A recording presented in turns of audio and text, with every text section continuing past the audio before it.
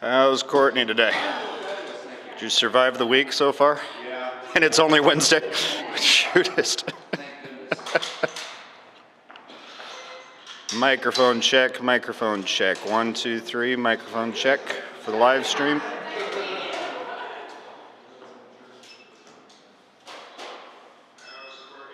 Good? All right.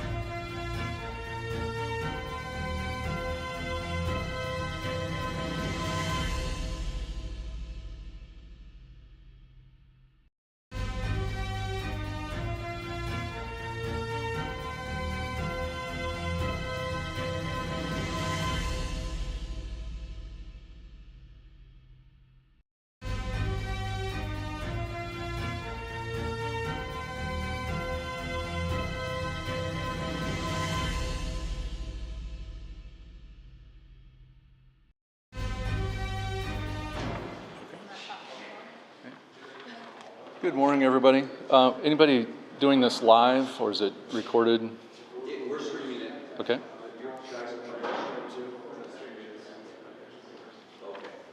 We're good. Is everybody ready? Sound good? Testing 1, 2, 3. Well, good morning, everybody. My name is AJ Mumm, Emergency Management Director here in Polk County. Thank you all for being here. We'll get right to the lineup we'll have this morning. Supervisor Angela Conley will speak first. Next will be Sheriff Kevin Schneider, followed by Dr. Dirk Halupnik with Southeast Polk Schools. Then we'll field any questions. We thank all of our panelists up here, and we have some great information to pass along. So we'll turn it over to Supervisor Conley. Thanks, AJ. First, I want to recognize the extraordinary impact and loss to the families who were left by the storm, and I want to extend our sympathies and support to the community of Madison County and the families who were really devastated by that area affected.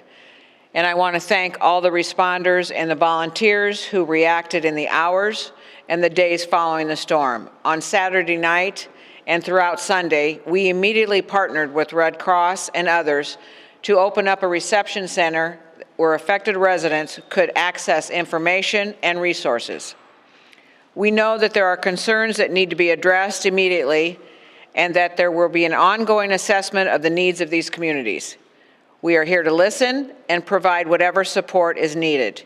Yesterday, we created a hotline for affected residents to call for general information, to request assistance of volunteers, or to register to volunteer. And I can tell you already it is working. We've connected volunteers to those residents already this morning, and people at real time, it's really happening. So we're really excited about that. We will use this process to assess the need for volunteers and match up appropriately skilled volunteers with the work that needs to be done. If your home was damaged and you would like the help of a volunteer, please call 323-5221, 323-5221 to describe the nature of the help you need. If you would like to offer your assistance, please call this number to register as a volunteer. It's also very important to remember that the donation of item matches the need of the community. Unsolicited donations of goods can often cause logistical problems that hinder that response. Again, if you have items for donation, please call that hotline to ensure that they can be used. Our Public Works Department quickly mobilized this weekend to publicize and initiate a debris management strategy. It is as follows. Separate vegetative debris from household debris. That is very important. Move the vegetative debris to the right-of-way. Our staff cannot come onto private property to collect that debris. Do not burn the debris. We will be working to get this cleared in the next several weeks. We know it's going to take a lot of time, so please be patient. We know this will be a continued process, and we plan to make numerous stops throughout the neighborhoods to give residents plenty of opportunity to dispose of the debris. If you have any questions on that at all, please call the Public Works Department. Their line number is 515-286-3705, and they'll answer your question. Also, you can take it yourself to Metro Waste Authority, and any additional debris for management information for all their jurisdictions on their website is www.mwatoday.com. Finally, I know this is an extraordinarily stressful, uncertain time. I urge you to reach out to access mental health resources when you feel the need, and please do so. Polk County Health Services has a number of resources available to help. Now I'd like to have our Sheriff, Kevin Schneider, who has been out there since the very beginning, he and his team, talk more about the response that Polk County was involved in last weekend, and know that we continue to respond. I also want to acknowledge Supervisor Van Noort, who is here, and Supervisor McCoy, who is here. Thank you, Kevin. Thank you. Well, thank you, Madam Chairwoman. I appreciate it. I just want folks to know, because a lot of folks don't know what happens in these kind of situations. When the storm hit, it wasn't long that we had over 20 officers responded to the area. We had a reaction team of 4 officers going house to house, doing house checks, marking the houses that had been checked to make sure that folks weren't either injured or needing some type of rescue assistance. We were able to coordinate with the fire departments from many of the surrounding areas. And all the radio systems, we were able to bring everybody together on the same line. Everything really on our end went very, very smoothly. In a tragic situation like this, we don't need any other obstacles in our way to go out and do our job, and we appreciate that. We have had the mobile command center, which rolled out there that night, and one of the groups of people that we often forget about because they're not out there are our communication specialists. Communication specialists are in there. They're the ones answering those 911 calls. They're the ones getting the cars where they need to go, telling them what's going on. We responded to over 50 calls in a matter of minutes down just in that area. So we currently still have officers assigned down there. There are roads that are closed. We've had a great working relationship with Mid-American Energy and the Southeast Polk school systems because there's a lot of kids that are relying on bus transportation, but the bus can't get down the road because of down poles, down wires, and so forth. So we've been able to coordinate that very well. It has worked well. We worked great with the secondary roads crew who are helping us manage the debris, get the roads cleared up, pushed into the ditch so folks could go back and forth and do what they need to do on a daily basis, plus deal with the tragedies at their home.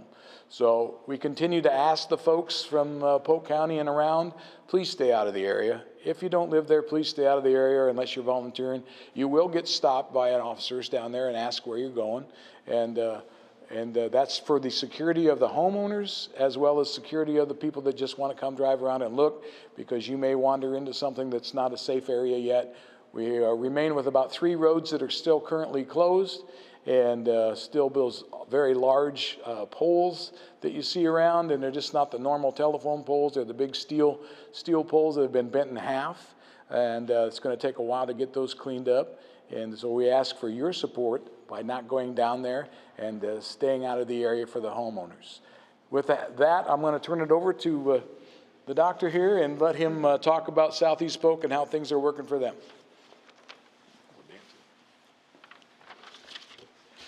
Thank you, Sheriff. Through these events, we've seen a great example of what makes the Southeast Polk community such a special place to live. Immediately Saturday night, neighbors began helping neighbors. In fact, the outpouring of support within the community has just been nothing short of incredible, and we're thankful for that. It's been important this week for our students, our staff, and our faculty to have a chance to be back at school and have a sense of normalcy. Class meetings were held with students so that they could talk, listen, show empathy, and ask questions. Counselors have been available for both students and staff to help them work through all of this. A list of available resources has been provided for teachers so that they can best support students with grief, coping, and understanding. We've reached out and communicated with the families that are known to have been affected and are compiling a list of those things that are identified as needs. We've also been communicating important information as we receive it with all of our families, and we'll continue to do that through the foreseeable future. AJ.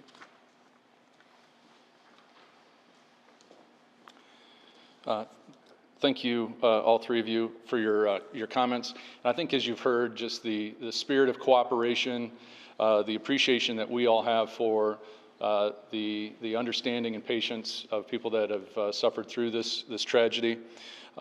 Just the amount of hard work, the sleepless nights that the survivors of the tornado are going through, the responders and everyone. We just want to be here to help support all of you as you continue to recover, and the first responders and second responders and support organizations that are out there helping the survivors. So we appreciate all of your hard work. As Supervisor Conley mentioned, we continue to reach out and offer any assistance to our neighbors as well across Iowa as they are dealing with the paths of the tornadoes that crossed much of central and southern Iowa. the first responders, the work that the Sheriff's Office and the fire departments, Pleasant Hill, Runnels and Camp Township fire departments, and many others, our communication specialists, as the Sheriff mentioned, all of their work has to come together, and that choreography was excellent that night and throughout the weekend. And just want to acknowledge those first responders that worked in those extremely dangerous conditions in the seconds, minutes, hours, and the days continuing to provide that high level of support and assistance that our community expects. There's also a second, what we call a second responder community, that is so strong and important, as we've seen our partnerships with Mid-American Energy, American Red Cross, Salvation Army, Southeast Polk Schools, the National Weather Service, as well as numerous church groups and community organizations that are too numerous to mention. They're all out there doing great work with their first intention is to help somebody that needs help. And so we thank them for what they're doing. I wanted to provide an update on the damage assessment. I know that these numbers have continued to grow over the days. Some of the properties initially, as the Sheriff mentioned, were unsafe to access. As those streets are starting to open up, we feel that we have closing in on a nearly final assessment of the damage, and the numbers are as follows. So far as of this morning, we have 17 properties that are considered affected. That would mean that there's cosmetic damage, such as shingles, siding, and gutters. We have 39 properties that are considered minor. This would be temporarily unsafe but repairable. We have 29 properties that are considered major damage. This would be some structural damage but potentially repairable. And sadly, there are 8 properties that are considered destroyed. This would be demolished beyond repair or severe structural or foundational damage. With that damage assessment, Chief Jamie Sayavong with the Pleasant Hill Fire Department is behind me here. Her team with the Pleasant Hill Fire Department, as well as the Runnels Camp Township Fire Department, provided the bulk of the damage assessments in that area. And so we appreciate their time, their effort, and their compassion as they move throughout the neighborhood. Finally, a message that we have tried to encourage is that the owners, the residents in the area, please continue to work with your insurance providers. Documentation is key. Many people have asked when can I start doing the cleanup? And that really has to be on the timeline that they feel comfortable with. And so we don't want to slow anybody down. As you heard, Polk County Public Works is providing that debris management process nearly immediately following the disaster. But if you do need to move items, take plenty of photos, document, keep receipts, so that you are eligible for your working with your insurance provider as much as possible. We also want to remind people that sadly in times like this, there are illegitimate contractors and scams, and people are vulnerable in these circumstances, and we just don't want anybody to be taken advantage of. So please do due diligence on, if you're approached unsolicited by contractors and others wanting any type of financial information, any type of commitment up front, is certainly buyer beware, and please thoroughly investigate all of those. I know that the Sheriff's Office will be able to provide any guidance on illegal type of activities or potential illegal activities in the area. As Angela mentioned, that call center, that's really our hub to find out what the true needs are of those impacted by this. We all want to help. That outpouring of help is welcome. We just want to make sure that it is truly meeting the needs of those that are out there, and that hotline is available for both those that need help as well as those that want to offer help. In closing, the Polk County website has a link at the bottom of the page. There's a red banner at the bottom that provides a direct link to additional disaster-related information to include all of the things that you've heard about here today, as well as others. So we would encourage people, if they can, to go to that website and we will continue to update that as necessary. With that, if there are questions for any of our panelists here, we'll be happy to take those.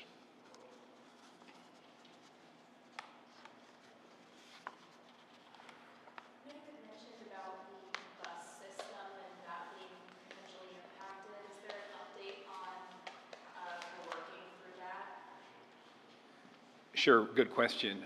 Our transportation department worked closely with the roads department Sunday night, developing alternative ways around those roads that were unpassable, reaching out to families and communicating that. And as of now, all of those are back in place, and we're able to run buses where we need to run them. Is there an estimate on when the closed roads might reopen? I didn't hear what the question was. Is there an estimate when the roads might open? Well, we started out with many roads closed. We're down to just the 3. I was down there this morning already. It looks like maybe Southeast 6th Avenue. Maybe potentially open by the end of the day. They've been working late into the night. So a lot of our openings as far as the road goes is dependent on Mid-American Energy. So we don't want to put anybody in an unsafe environment. But we will be putting that on our website on a daily basis. And we also communicate it with Southeast Polk on a daily basis and the Secondary Roads Department. So. What's the most important thing that residents need to know about the progress of cleanup and safety? Well, I guess I'll take that one too. The most important thing is many people are hurt after the tornado, during the debris cleanup, so they need to be safe. Be careful of what they're doing. With the snow cover, it's hard to see what's underneath that snow, so get potential of getting hurt as well. And then let them know that the folks need to know that the sheriff's office, law enforcement, public works, they're in the area. If they need something and they're not sure, pick up the phone and call either 911 or one of the numbers that they've been provided here. So that's the main thing, and let them know. I said, we don't know what everybody needs, but we will try to provide them all their needs if they just request it. I know we're still working to learn what those needs are, but there's a lot of folks that want to help. Right now, what would your message be to them? What can people do to help? If they really want to help, they need to call that and volunteer that number, 323-5221. That's really the best place, and we will tie them into whatever residents need help and for volunteer basis. That's how we will track everybody to get the needs that what they want and what the residents actually want, and track our volunteer base. Is it kind of everything, time, money, donations? Is there one of those that's the most important, or do we not know yet? For donations, we have a donation. I think we have that up on our website too. But right now, I think it's trying to get all the properties cleaned up as quickly as possible, and we have a snowstorm coming supposedly. If the weather service, maybe it'll go away. So we want everybody to be safe.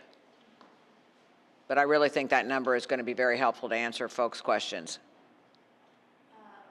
One other thing as well, I'm not sure which person would answer this, but we had heard that there is some dissemination delays with the National Weather Service tornado system. Have you guys heard anything about that, or did that affect the sirens or public safety at all? Yeah, I've seen the story, but I don't think that there was any. It was negligible impact on us, if any. The storm was warned well ahead of time. We had the warning all the way from Madison County through Polk County and beyond. So there was no real impact, if any, on Polk County's ability to activate. You heard the sheriff talk about radio systems being able to communicate in real time. I've received no reports of malfunctioning storm outdoor warning sirens, so that part of the process seemed to go as we would want it to.